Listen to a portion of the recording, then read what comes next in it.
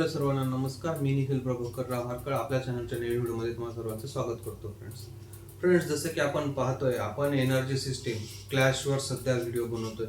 अगोदर आपण एनर्जी सिस्टीमवर व्हिडिओ बनवले आणि कालपासून मी एनर्जी सिस्टीमवर बोलतोय.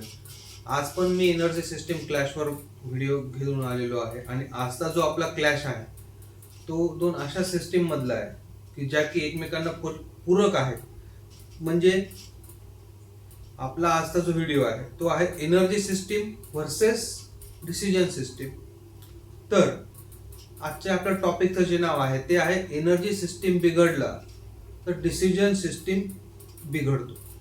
मित्रांनो, ह्या विषयावर मी आधीही बोललोय की प्रत्येक पर्सनची एक एनर्जी असते आणि आपल्याकडे पॉझिटिव्ह एनर्जी, निगेटिव्ह एनर्जी असते आणि आपले डिसिजन हे मोस्टली आपली एनर्जी कशी आहे त्यावर बेस्ड असतं.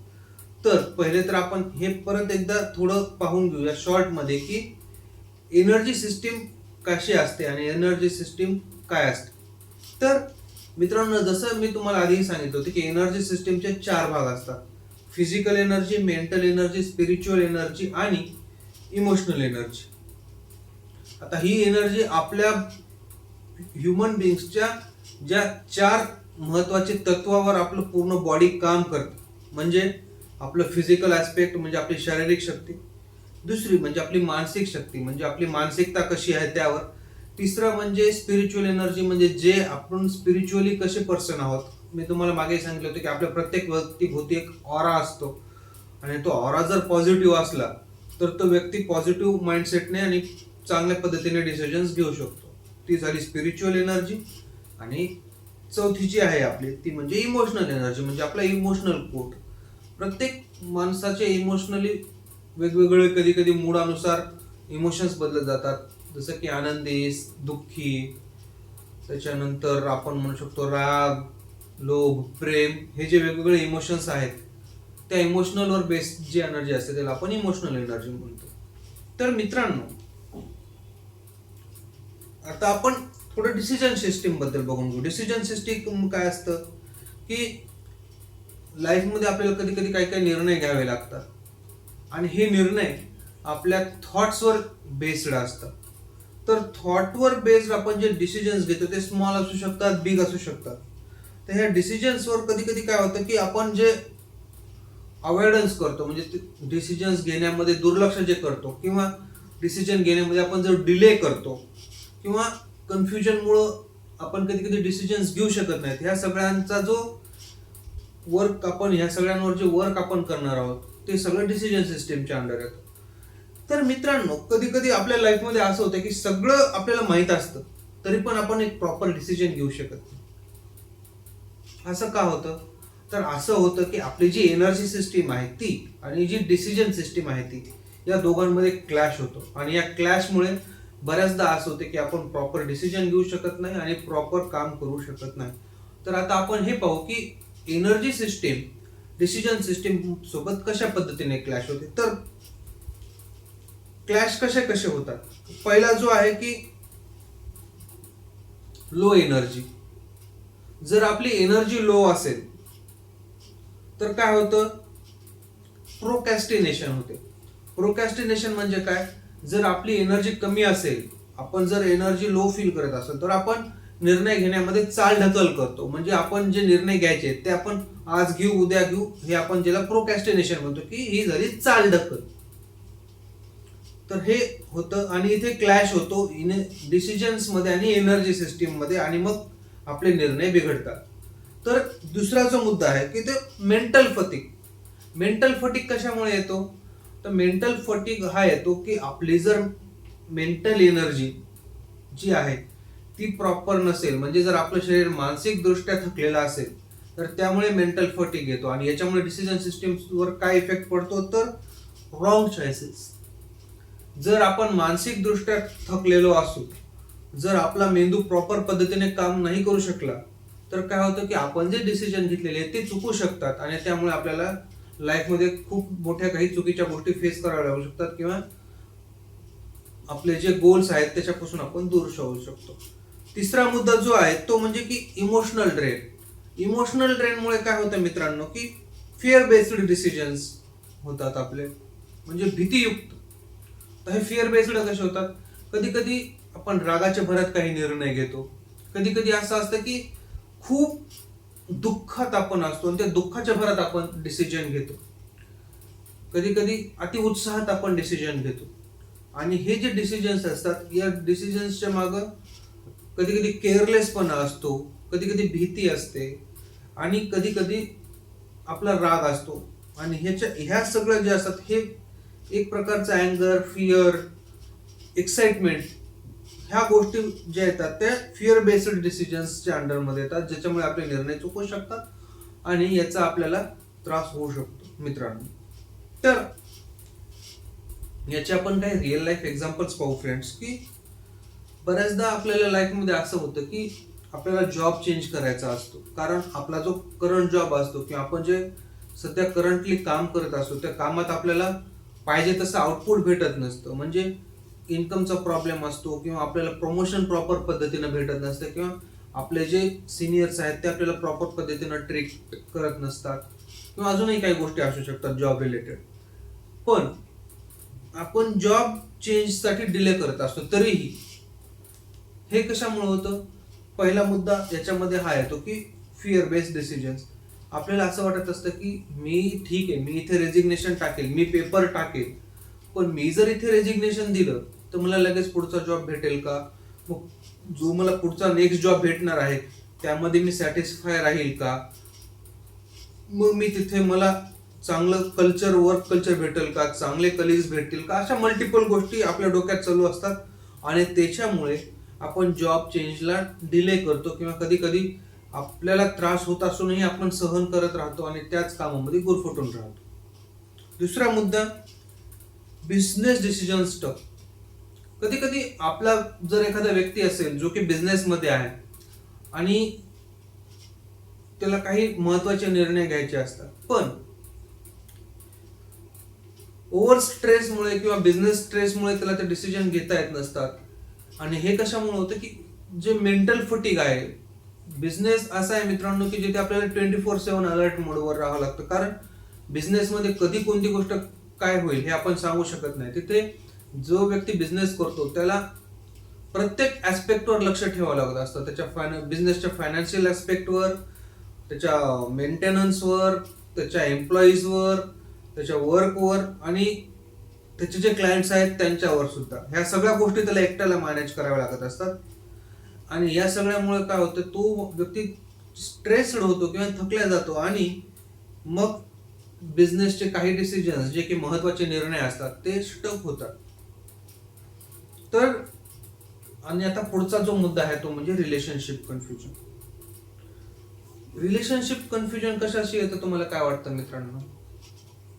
एक्झॅक्टली तुमच्या डोक्यात जो विचार आलाय तो बरोबर आहे मित्रांनो. तो म्हणजे की इमोशनल एनर्जी.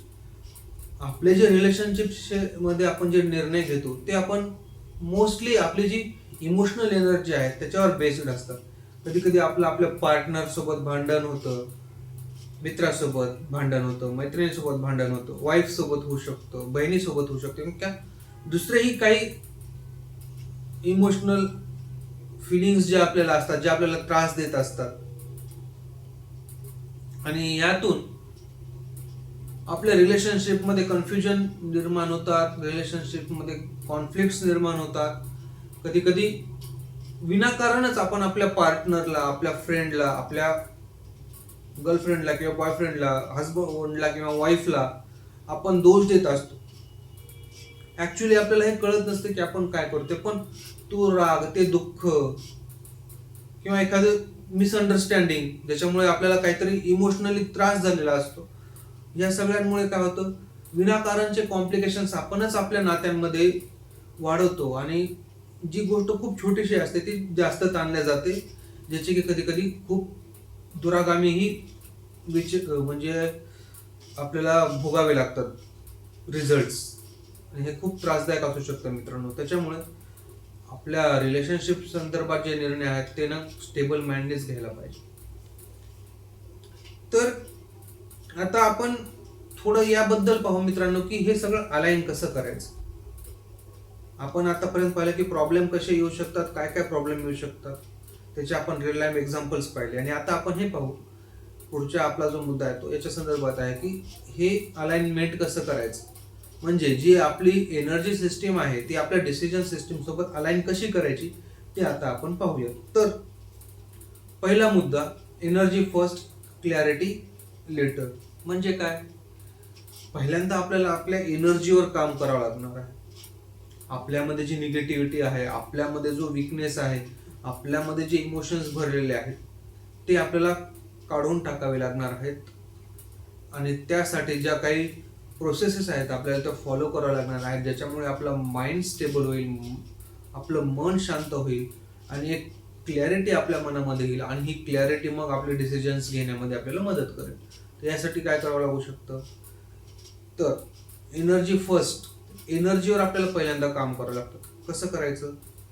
आपल्याला एनर्जीवर काम करण्यासाठी काय करावं लागतं की ज्या गोष्टी आपण विनाकारण धरून ठेवलेल्या आहेत, जो राग आपण विनाकारण धरून ठेवलेला आहे, जे दुःख आपण स्वतःच्या सोबत बाळगून घेतलेलं आहे, फेल्युअर जे आपण स्वतःच्या सोबत बाळगून घेतलेलं आहे, जे आपल्या एनर्जीला ड्रेन करतंय, त्या गोष्टी सोडून द्यायच्या.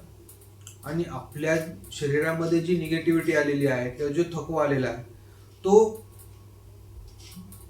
रिपेअर करण्यासाठी आपल्याला काम करायचं. जर तुमची फिजिकल एनर्जी लागत नसेल तर त्यासाठी मग तुम्ही एक्सरसाइज करू शकता किंवा एखाद्या मेडिककडे जाऊ शकता, डॉक्टरांना दाखवू शकता की तुम्हाला हा त्रास होतोय. मग त्याचं रूट कॉज शोधून त्यावर तुम्ही ट्रीटमेंट घेऊ शकता.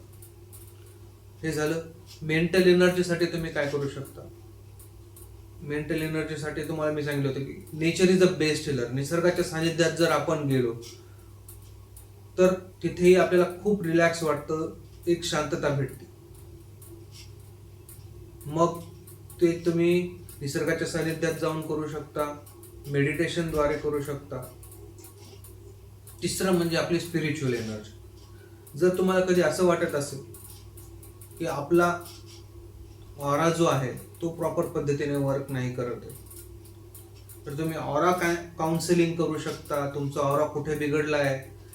आपल्या प्रत्येकाच्या शरीरामध्ये 7 चक्र असतात मित्रांनो, हे तर तुम्हाला सगळ्यांना माहिती आहे. कुंडलिनी शक्ती आणि जे मूलाधार चक्रापासून सहस्त्रार चक्रापर्यंत 7 चक्र जे आपल्याला शरीरात असतात, ज्याला आपण कुंडलिनी म्हणतो. या कुंडलिनी मधलं सगळ्यात इम्पॉर्टंट जर चक्र कोणतं असेल मित्रांनो तर ते आहे आपलं मूलाधार चक्र. मूलाधार, त्याच्या नावातच काय ते तुम्ही बघा, मूळ आधार. म्हणजे आपल्या शरीराचा जो तो मूळ आधार आहे, या चक्रामध्ये थोडा जरी डिस्टर्बन्स आला तर आपली पूर्ण स्पिरिच्युअल एनर्जी बिघडायला लागते. आणि मूलाधार बिघडलं की हळूहळू आपल्या शरीरातले बाकीचे 6 चक्रही बिघडायला लागतात आणि याचे कॉन्फ्लिक्ट्स आपल्याला आपल्या शरीरावर जाणवायला लागतात. तर यासाठी तुम्ही काय करू शकता? चक्र हिलिंगचे जे मेडिटेशन्स असतात ते फॉलो करू शकता. किंवा तुम्ही स्पिरिच्युअल अवेअरनेस कॅम्पमध्ये जाऊ शकता, जिथे तुम्हाला या सगळ्या गोष्टीतून थोडं मेडिटेशन, थोडा योगा प्रॅक्टिसेस मधून हे हिलिंग करण्यासाठी तुम्हाला प्रॉपरली ते गाईड करू शकते. त्याच्यानंतर काय मित्रांनो की हे झालं की दुसरा जो मुद्दा आहे तो आहे रेस्ट रुटीन बाउंड्रीज. म्हणजे काय? आपल्या जर शरीर आहे त्याला एक प्रॉपर रेस्टची गरज असते आणि एक रुटीनची गरज असते. आणि आपण आपल्या बाउंड्रीज ठरवून घेतल्या पाहिजेत की आपल्याला कुठपर्यंत कोणत्या गोष्टी करायच्या आहेत. ह्या 3 गोष्टी ज्या आहेत, रेस्ट, रुटीन आणि बाउंड्रीज. रेस्ट म्हणजे काय? शरीराला आराम देणं, मनाला आराम देणं, स्पिरिच्युअली हील होणं, मेंटली हील होणं आणि इमोशनली हील होणं. दिस इज द रेस्ट. मग काय? रुटीन. ह्या सगळ्या गोष्टींचं एक प्रॉपर रुटीन बनवणं, ते फॉलो करणं. हे जेव्हा आपण कन्सिस्टंटली फॉलो करायला लागतो तेव्हा आपल्या शरीरात आतून बदल व्हायला चालू होतात. फिजिकली, मेंटली, स्पिरिच्युअली आणि इमोशनली सुद्धा आपण एक स्ट्रॉंग व्यक्ती बनायला लागतो, जे आपल्याला हेल्पफुल ठरते प्रॉपर डिसिजन घेण्यासाठी. आणि आपण जर आपली बाउंड्री ठरवून ठेवलेली आहे की हा माझा अल्टिमेट गोल आहे, तर मग त्या गोष्टीवर काम करण्यासाठी आपल्याला सोपं जातं मित्रांनो. तर पुढचा जो आपला मुद्दा आहे की डिसिजन फ्रेमवर्क. डिसिजन फ्रेमवर्कवर मी आधीही बोललेलो आहे मित्रांनो की आपल्याला जे डिसिजन घ्यायचे त्याच्या संदर्भात अगोदर आपल्याला एक पूर्ण प्लॅनिंग करावी लागते, त्याचं ॲनालिसिस करायचं, त्याचे पॉझिटिव्ह निगेटिव्ह काढायचे, आपण ती गोष्ट काय करतोय याच्यासाठी संदर्भात ब्रेनस्टॉर्मिंग करवायचं आणि मग तो डिसिजन घ्यायचा. दिस इज द डिसिजन फ्रेमवर्क. म्हणजे प्लॅन, प्रिपेअर आणि एक डेडलाईन ठरवायची की ह्या डेटच्या आत मला डिसिजन घ्यायचा. दिस इज द डिसिजन फ्रेमवर्क. मग हे जेव्हा तुमचं एनर्जी सिस्टीम ठीक होतं तेव्हा तुमचं डिसिजन फ्रेमवर्कवर तुम्ही काम करता, कारण मग तुम्ही एक डिसिप्लिन पाळायला लागता आणि त्या डिसिप्लिनच्या याच्यामध्ये तुम्हाला हे हेल्पफुल होतं की ओके चला आता ह्या डेटपर्यंत मला हा डिसिजन घ्यायचा, आणि मग ते तुमची जी एनर्जी आहे ती आपोआप तुम्हाला सपोर्ट करते तुम्हाला योग्य डिसिजन घेण्यासाठी. काय ना मित्रांनो, लाईफवर कधीच एक सिस्टीम जेव्हा आपण फॉलो करतो त्यावेळेस एक सिस्टीम फॉलो करून आपल्याला कधीच लाईफ पूर्णपणे फिक्स होत नाही. आपल्याला आपल्या लाईफच्या ज्या चारही सिस्टीम आहेत त्या चारही सिस्टीमवर सायमल्टेनियसली काम करावं लागतं. त्यावेळेसच ह्या सिस्टीम प्रॉपरली वर्क करू शकतात आणि प्रॉपरली आपण पुढे जाऊ शकतो, आपण आपले गोल्स अचीव करू शकतो. तर मित्रांनो, आजच्यासाठी एवढंच. उद्याच्या व्हिडिओमध्ये आपण एक नवीन सिस्टीम क्लास घेऊन येणार आहोत. तर व्हिडिओ पाहत राहा. आवडला असल्यास लाईक कमेंटमध्ये नक्की सांगा. काही जर तुम्हाला असं वाटत असेल की एखादी गोष्ट तुम्हाला खटकली आहे किंवा तुम्हाला ती पटत नाही तर कमेंटमध्ये तेही सांगा. त्यावरही मी वर्क करेल आणि मी तुमच्यापर्यंत असेच छान छान व्हिडिओ घेऊन येत राहील. This is it for today. This is Nikhil Harkal talks, real life real research. Thank you मित्रांनो.